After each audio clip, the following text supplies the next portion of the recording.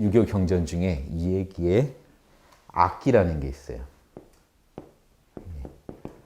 음악에 대한 기록인데 이게 예술론이에요. 유교의 예술론. 예악이라고 그러죠. 그러니까 예절과 음악을 엄청 중시해요, 유교는. 그래서 이 예악을 가지고 뭘 표현하려고 하냐면요. 악은 즐거울 낙자랑 같죠. 락, 즐거울 락이랑 음악이 같아서 음악의 기본은 악기 안에서도 계속 나와요. 음악은 락이다. 즐거워야 돼. 모든 사람들이 같이 즐거워야 돼. 즐거워도. 한 마음이 돼서 즐거워지는 거기 때문에 음악은 하나됨을 상징해요. 그런데 예절은 어떻습니까? 예절은 분별을 중시해요. 그래서 음악은 하늘과 통해요. 예절은 땅이랑 통해요. 그래서 이 천지신명에 상응해요. 그래서 만약에 예절과 음악만 잘 다스리면 천지를 다스릴 수 있다. 이게 인간의 천지죠.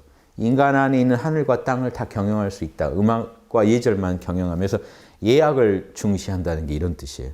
그래서 음악과 그래서 구별함을 중시하고 예절은 신분을 구별해 줘야 되잖아요. 각자 역할을 나눠줘야 되잖아요. 그런데 군대도요. 계급이 나뉘고 서열이 다 나뉘는 거는 예절이 하는 일이에요. 군대 모든 그 의례는 다 차별을 중시하는 거죠. 그런데 군가를 중시하죠. 군가를 통해서 하나로 만들어야 돼. 사람 마음을 딱 하나로 모아놔야 돼. 그래서 음악은 마음에서 움직이는 작용이고 예절은 몸뚱이에서 움직이는 작용이에요. 그래서 천지를 딱 나눠놓고 이게 유교의 예학론이에요. 근데 이게 아주 재밌습니다. 그래서 이 음악이라는 것도요. 예절이라는 글자는 제가 많이 풀어드렸는데 여기에 이제 하늘을 탑니다.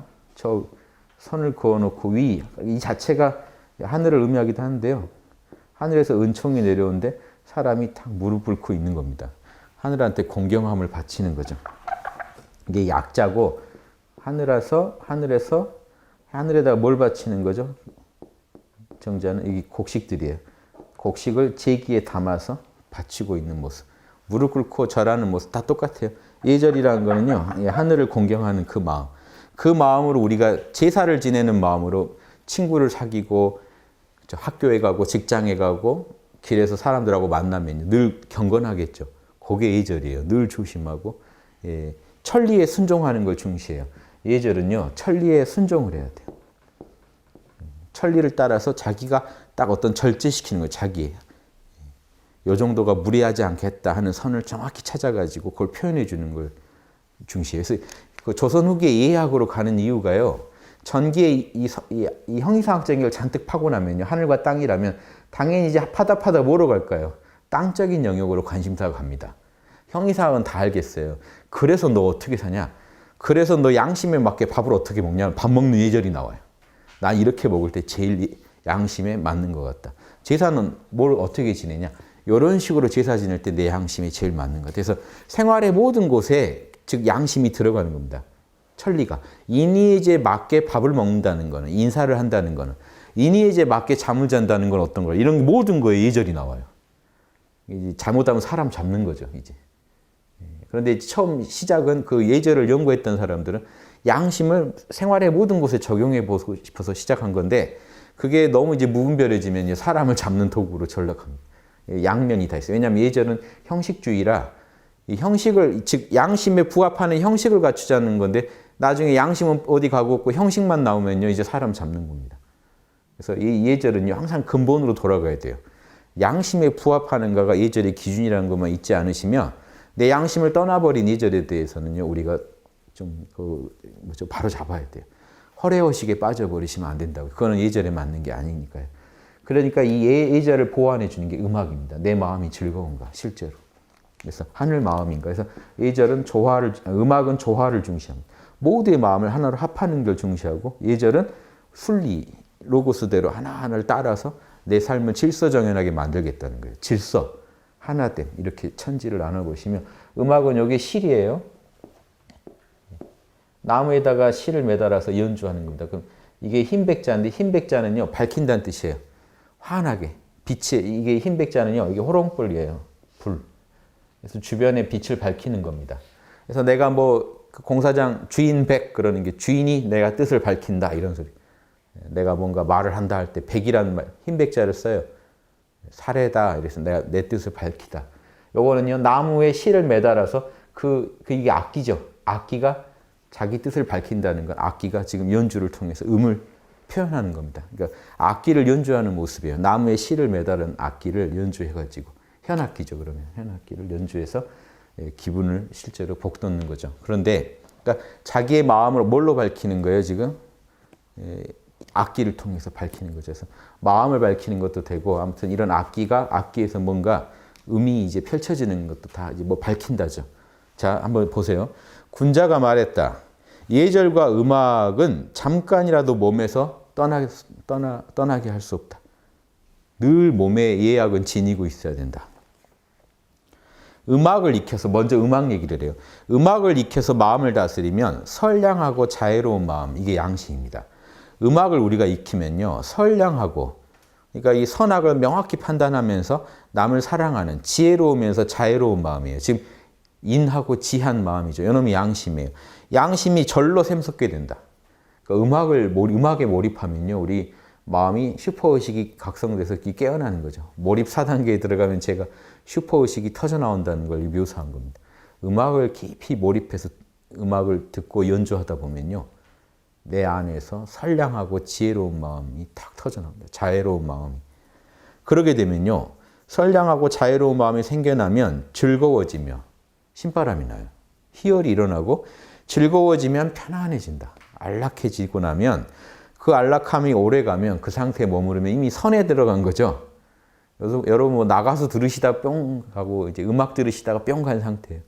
그 편안해지시면 그놈을 양심이라고 본다는 게 일단 재밌어요. 선량하고 자애로운 마음이 샘솟게 되고 그놈이 샘솟아야 여러분이 편안해지고 그러게 되면 그 다음에 재미인데 하늘하고 통하게 된다. 하늘에 이르게 된다. 음악을 듣고요, 여러분이 뿅 가시면 여기 있네요. 하늘에 이르게 되는데 하늘에 이르게 되면 신령과 통하게 된다. 천하고 신을 지금 나눠서 설명합니다. 하늘과 신령이 같은 건데 그 말하는 측면이 틀려요. 우주의 근원으로서 이제 하늘이라는 측면과 우주를 경영하는 주체로서 신이라고 하는 측면, 두 측면을 얘기해서 하늘에 이르게 되고 신령과 통하게 된다. 하늘은 말하지 않아도 믿음을 주는 존재이죠.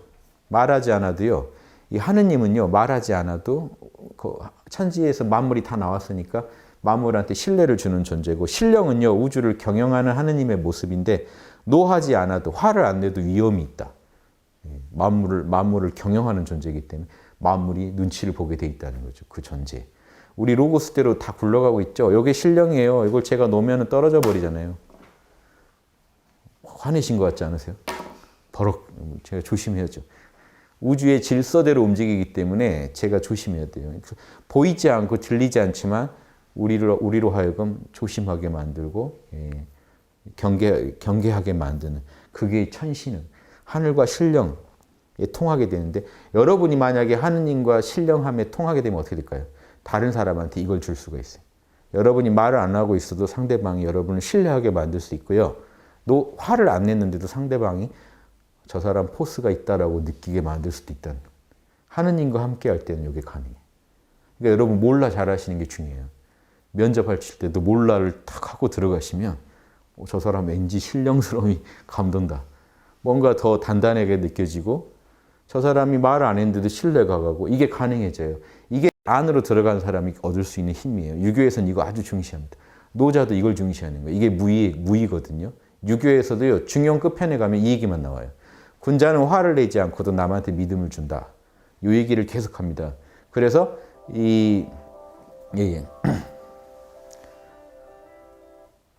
그래서 무의.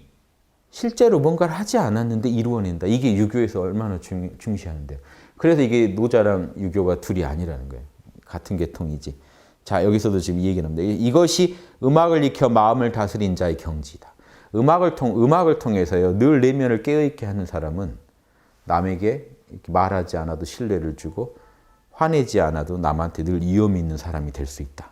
이게 이제 마음을 경영하는 문제죠. 그 다음 예절을 익혀서 몸을 다스리면 장엄해지고 경건해진다. 몸까지 예절에 맞게 딱 자기 손 다리를요, 양심에 맞게 합리적으로 움직이면 어떻게 될까요? 그러면 장엄해지고 경건해진다. 장엄해지고 경건해지면요. 위험이 있게 된다. 밖으로 위험이 있게 돼요. 남들이 봤을 때. 자, 요게 이제 음악과 예절을 두 개를 얘기한 겁니다. 마음속이 잠시라도 조화롭지 못하고 즐겁지 못하다면 천하고 거짓된 마음이 들어오게 된다. 요게 이거예요. 음악으로 여러분 마음이 경영되고 있지 않다면 조화가 없고 조화로움 여기 있죠. 조화롭지 못하고 음악은 락인데 즐거움이 없다면요. 거짓되고 천한 마음이 사기치는 마음이 금방 안으로 들어온다. 제가 말씀드린 적 있죠. 깨어있지 못하면 잡념이 밀고 들어온다고요.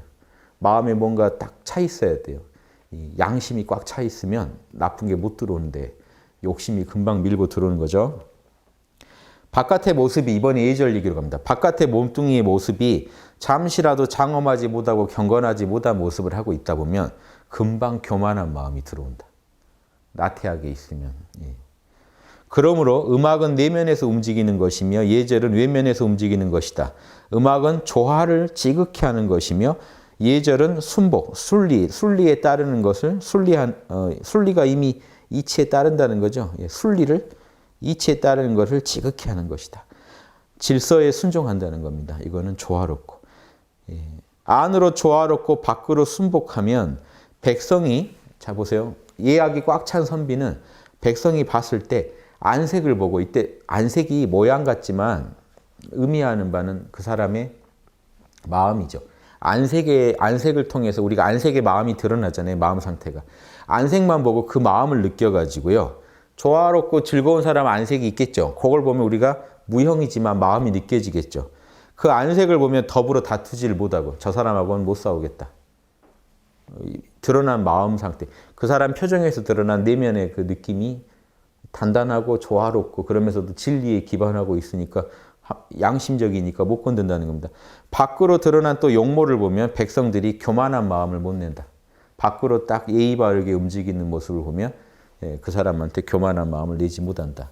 그러므로 덕의 빛이, 광이라고 되어 있는데 덕의 빛이 내면에서 움직이니 이 사람은 내면에서 덕의 빛이 양심이 터져 나오니까 백성이 받아들이지 않을 수 없으며 진리가 외면에서 발동하니 몸이 늘 진리에 따르고 있으니 백성이 순복하지 않을 수 없다. 그러므로 예절과 음악의 도를 이루어 로고스를 터득하면 그래가지고 천하에 적용하면 어려울 것이, 즉 천하를 경영하는데 어려울 게 하나도 없다라는 말이 전해져 오는 것이다. 이 뒤에 말은요 인용한 거예요. 즉 예악지도를 이루면 그걸 들어서 천하에 적용했을 때 천하를 경영하는 게 어려울 게 하나도 없네라는 건 옛 말이에요. 요 글에서 또 인용한 거예요. 그런 말이 그래서 나온 거다라고.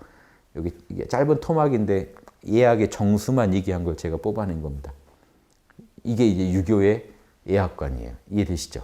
그러니까 여러분 깨어 계시고 몸가짐이 양심에 맞으신 분은요 이미 예악을 즐기고 계신 거예요. 악이 락이기 때문에 여러분 즐거우시다는 건요, 명상을 통해 즐거우신 건요 이미 이게 음악을 통한 거랑 이게 하나예요. 음악을 통해서 도달하는 경지가 결국 그거라는 거예요. 내면이 지복 상태, 즐거움 상태. 그러면서 결국은 뭘 즐기고 있냐? 도를 즐기고 있는 거예요. 로고스를 즐기니까 즐거우신 거예요. 여러분 이유가 없이 즐겁다고 하지만 그게 로고스에 부합하니까 즐거운 거예요. 우주는요 로고스에 부합하지 않으면 찜찜하게 만들어져 있어요. 여러분이 남 해칠 생각하면 찜찜해지게 돼 있는데 그런 거 내려놓고 깨어 계시니까 즐거운 거예요. 그 자체가 이미 양심적이기 때문에.